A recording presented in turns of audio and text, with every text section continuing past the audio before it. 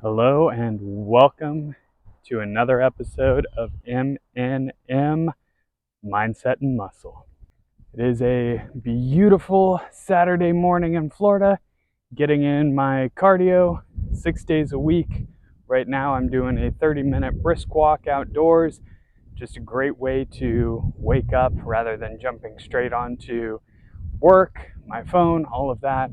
Getting outside, getting some sunshine, getting some fresh air, getting some steps in. Just a great way to set your body and mind up for the day. Also helps, I'll usually have breakfast and then go for the walk. I find that helps with digestion as well. So, fantastic start to the day. And today we are also going to be training back and abs. So we will be going over that workout with you guys. So check it out. Let's get into it.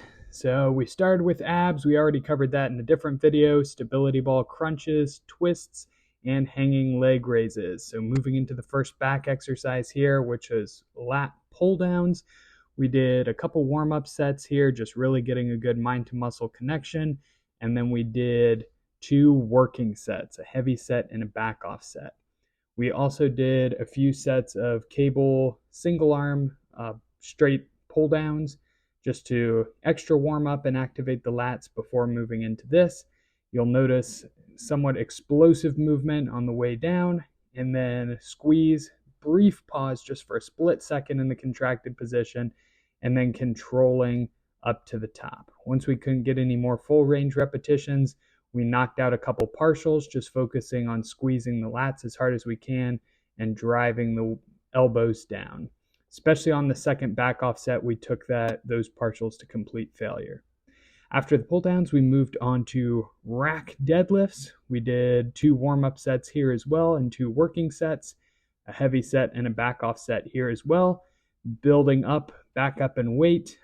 Haven't gone super heavy in these in a little while, so we are building back. Got to a pretty decent weight of 515. Nice and controlled on this. It's easy to put on 6 plates, 7 plates on this exercise and just bounce the weight from above the knee. I really like to focus on contracting the back here, so I always go a little bit lighter and focus on that contraction and controlling the negative. This is the back off set where we aimed for 12 to 15 repetitions, just going with 425. So relatively lightweight for me for this exercise. But again, it's all about the form, not just bouncing the weight off the rack or setting up too high. I like to set up so that the bar starts about 2 inches or so below the knee. So you keep constant tension on the back and you aren't just basically standing up from the rack.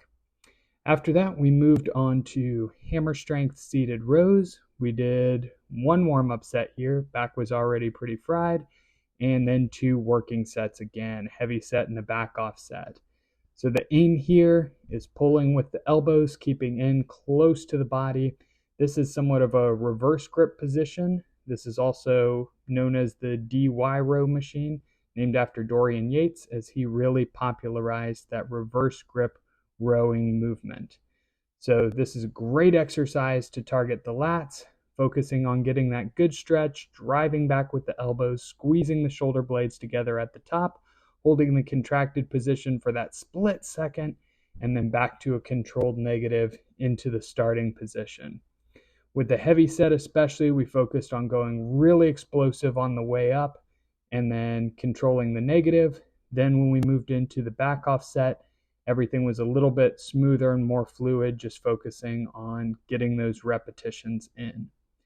I love this machine as well because once you get to the point where you can't do any more full range repetitions with good form, or if you notice form starting to break down, you can bring the weight down to a resting position in the stretch. Take 2 or 3 deep breaths just to recover yourself, and then rep out another few.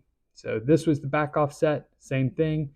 With the lighter weight, we were able to focus on a little bit more fluid repetitions and just really focusing on that stretch and squeeze, pumping out the muscle, targeting any of those muscle fibers that were not hit in the initial heavy set. So this was the final compound rowing movement or back thickness movement of the workout.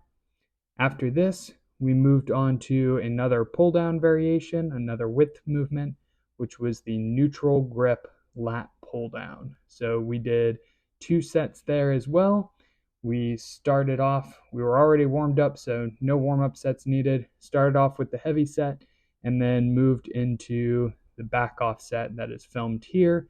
My lats were absolutely cooked at this point. This is very lightweight for me, but I was struggling just to get the 12 in that 12 to 15 repetition range.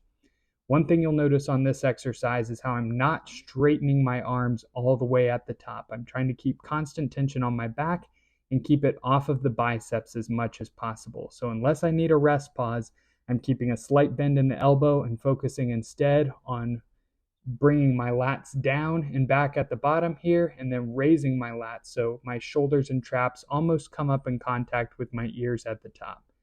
You can see how fatigued I am on this set just by the amount of times I had to take a brief rest pause before reaching failure. Our final exercise was a shrug movement. You can do this with a dumbbell or with the shrug machine. At this particular gym, I have outgrown the weights for the dumbbells, so we moved on to the shrug machine here, focused on 2 sets, 1 heavy, 1 back off. That was kind of the theme of today's workout, and focusing on really driving the weight up and back. So I'm squeezing not only the upper traps, but also those mid to lower traps that you can see kind of connecting halfway down the skin that you can see through the tank top. So this machine is also great for that as well, because it puts the majority of the load on your traps when you're in the stretched position, and then the weight feels a little bit lighter when you come up into that contracted position, and the machine actually pulls not just straight up but back as well. So big part of my goal for this off season is bringing up my traps and the thickness in my mid to upper back. That was a point that was lagging slightly for me, so really wanted to focus on this, and it is absolutely working. We've only been doing this for a little over a month and already seeing vast improvement in my mid and lower trap thickness especially. So very excited to see what that looks like when we step on stage next year. So that was it for the back workout. An absolutely fantastic workout for back B. Give this a try. And if you have any questions on any of the exercises, as always, let me know in the comment section below.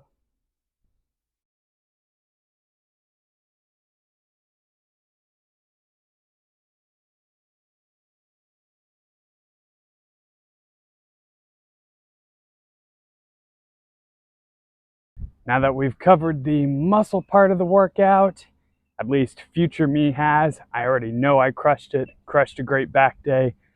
Let's dive into the mindset portion of this video and answer a few of your questions. This is a good question that I get a lot from people reaching out to me either to do phone consultations or coaching with me, is whether they should bulk or cut.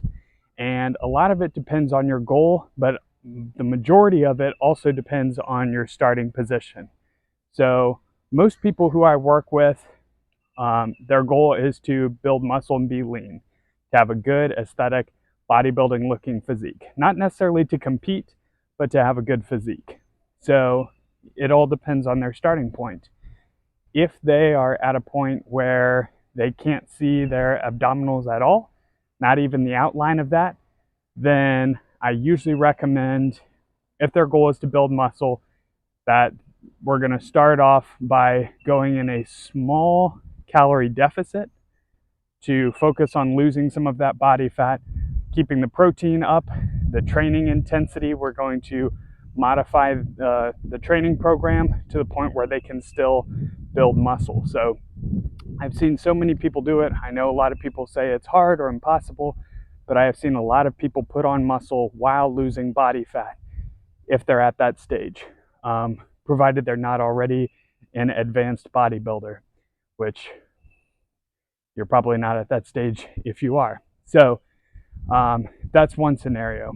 Sometimes people come to me just they want to lose a bunch of weight, which is great as well. Then obviously we'll go into a cut, a calorie deficit, and focus on maintaining the muscle mass that they have. Usually once they get to a certain level of leanness, then they want to kind of transition into a muscle building phase while maintaining that leanness. Another scenario, if you do have abdominals or at least the outline of your abs, then it depends more on your goal. Is your goal to have a shredded aesthetic physique? If so, then you would probably want to focus on doing kind of a lean gaining phase, which I'll help them with that. If their goal is to become a competitive bodybuilder though and put on a lot of mass, as long as you can still see the outline of your abs and you haven't gotten too sloppy, then you can go ahead and dive into a bulk. Now, obviously this doesn't mean getting sloppy or going too crazy, but focusing on a full-on mass gaining phase. So again, it depends on the individual. It depends on what your goals are. I didn't have a whole lot of context with this question. Is your goal to eventually step on stage as a bodybuilder? Is your goal just to have a lean, aesthetic, athletic looking physique? All depends on your goal. So feel free to reach out to me or my website. I'll put down in the description below. I can give you a major discount on a phone consultation if you want to get a little bit more into detail on how I would approach you transforming your physique so that you can bring your vision to life. The answer is yes and no. Is keto the fastest way to lose weight? Absolutely. Is keto the fastest way to lose body fat? Not necessarily. So what the ketogenic diet does is, because you go on very low to no carbohydrates, your muscles store what's called muscle glycogen, which is basically carbohydrates stored inside the muscle that's used for energy during workouts, muscle contractions, all of that. Now, in order for those carbohydrates to be stored in the muscle, they bind with water. And if you cut out the carbohydrates, then those carbohydrates aren't stored into the muscle. Therefore, they're not binding with water in the muscle, and your body has to drop a bunch of water weight because it's unable to store that water in the muscle any longer. So you will lose a bunch of weight very rapidly. Then typically it will start to level off some from there. So am I saying the ketogenic diet is bad? No. It depends, again, on your starting point, on your metabolism, on your goals. Some people find a lot of success on it as it helps keep their blood sugar stable. If they're susceptible to insulin spikes or things like that, it helps them manage cravings. It simplifies things. Now, there is a right and wrong way to do the ketogenic diet. There's a lot of people, not so much anymore, but it used to be very trendy to think just because you're not eating carbs, you're on the ketogenic diet and you're going to lose weight and be healthy. And people would eat a ton of bacon. They would go to Wendy's and get burgers and think because they took the buns off that they're eating healthy. Obviously, you still have to be in a caloric deficit if you want to lose body fat. So can keto be a tool to lose weight? Yes. Is it the fastest way to lose weight? Initially, yes. But again, most of that is water weight. A lot of that water weight comes from inside the muscle. So not necessarily a good thing if bodybuilding or muscle building is your goal. The main factor for fat loss, however, is going to be being in a caloric deficit, keeping your protein intake high. So it's up to you how you want to get in that. Cutting carbs can put you in a caloric deficit, absolutely, but so can also lowering fats and calories overall. So I did do a full day of eating video a few episodes ago. You can check that out to get a gist of what I'm eating. For the exact measurements and everything to the gram and why I'm doing that, you can also check out the link in the description below. I do have my program, Grow With Me, so you can check that out. That includes my entire workouts, the weights that I'm using currently. It updates every single workout I do, how I'm progressively overloading, It has my entire nutrition plan measured out to the gram. That updates anytime I update that as well, including treat meals. And it also gives you access to reach out to me, email me for any modifications on how to adjust that plan to work with you. So basically, you get to keep up with exactly what I'm doing if you want to train with me and be my virtual training partner. And you'll also get access to me for any questions that you have, how to adapt the program to you based on the machines and equipment you have available, and based on your metabolism and all of that for the calories. Audio cut out right there. So if that sounds like something you would be interested in, feel free to click the link in the description below and check that out, the Grow With Me virtual training program. If you want the free version, you can also always follow my YouTube. I've got the basic overview of the full day of eating and basic overview of all my workouts posted here as well. All right, that is going to wrap it up for today's video. I am going to go get ready for the workout that you guys have already witnessed in the past. That is in my future. Absolutely excited to crush that. And as always, I hope you have a fantastic rest of your day. Go get those goals, and I look forward to seeing you in the next video.